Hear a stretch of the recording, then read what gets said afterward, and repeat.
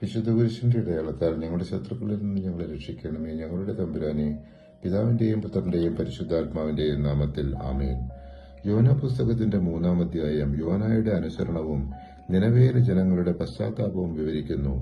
ദൈവം വീണ്ടും യോനയെ നിനവേ നഗരത്തിലേക്ക് പോകാൻ വിളിക്കുന്നു. ഈ സമയം യോന ദൈവത്തിന്റെ കൽപ്പനയനുസരിച്ച് നിനവേയിൽ പ്രവേശിക്കുന്നു. യോന പ്രഖ്യാപിക്കുന്നു, ഇനിയും 40 ദിവസം കഴിഞ്ഞാൽ നിനവേ നശിച്ചുപോകും. നിനവേയിലെ ജനങ്ങൾ ദൈവത്തിന്റെ വചനത്തിൽ വിശ്വസിച്ചു. അവർ ഉപവാസം പ്രഖ്യാപിച്ചു. വലിയവരിൽ നിന്ന് ചെറിയവർ വരെ എല്ലാവരും ചാക്ക് ധരിച്ചു. രാജാവും തന്റെ സിംഹാസനത്തിൽ നിന്നിറങ്ങി ചാക്ക് ധരിച്ച് ചാരത്തിലിരുന്നു. ജനങ്ങളെയും മൃഗങ്ങളെയും ഉപവാസത്തിനും പ്രാർത്ഥനയ്ക്കും വിളിച്ചു. ജനങ്ങൾ അവരുടെ ദുഷ്ടമായ വഴികളിൽ നിന്ന് തിരിഞ്ഞപ്പോൾ അവർക്ക് വരുത്തുമെന്ന് പറഞ്ഞ ദുരന്തം വരുത്താതെ വിട്ടു. ഈ അധ്യായം നമ്മെ പഠിപ്പിക്കുന്നത് പശ്ചാത്താപം ദൈവത്തിന്റെ കരുണയെ ആകർഷിക്കുന്നു. അവൻ ക്ഷമിക്കുന്ന ദൈവമാണ് എന്നതാണ്. യോന പുസ്തകത്തിന്റെ 4-ാം അധ്യായം ദൈവത്തിന്റെ കരുണയെക്കുറിച്ചുള്ള യോനായുടെ പ്രതികരണവും ദൈവം അവന് നൽകിയ പാഠവും വിവരിക്കുന്നു. നിനവയെ ദൈവം രക്ഷിച്ചതിൽ യോന കോപിച്ചു. അവൻ കർത്താവിനോട് പ്രാർത്ഥിച്ചുകൊണ്ട് പറഞ്ഞു, ഞാൻ എന്റെ ദേശത്തായിരുന്നപ്പോൾ ഇതുതന്നെയല്ലേ അങ്ങയോട് പറഞ്ഞത്? ഇതുകൊണ്ടാണ് ഞാൻ താർശീഷിലേക്ക് ഓടിപ്പോകാൻ ശ്രമിച്ചത്.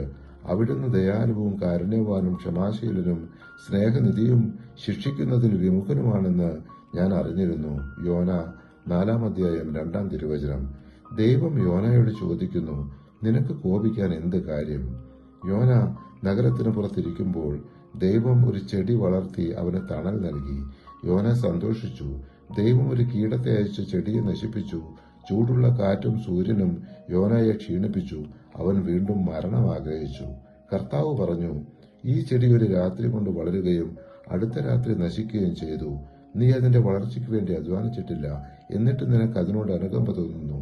എങ്കിൽ ഇടംവലം തിരിയാൻ കഴിവില്ലാത്ത 1,20,000 പരം ആളുകളും അസംഖ്യം മൃഗങ്ങളും വസിക്കുന്ന മഹാനഗരമായ നിനവയോട് എനിക്ക് അനുകമ്പ തോന്നാതിരിക്കുമോ? യോന 4-ാം അധ്യായം 10-11 തിരുവചനങ്ങൾ. യോന പ്രവാചകന്റെ പുസ്തകം ഇവിടെ പൂർണ്ണമാകുന്നു.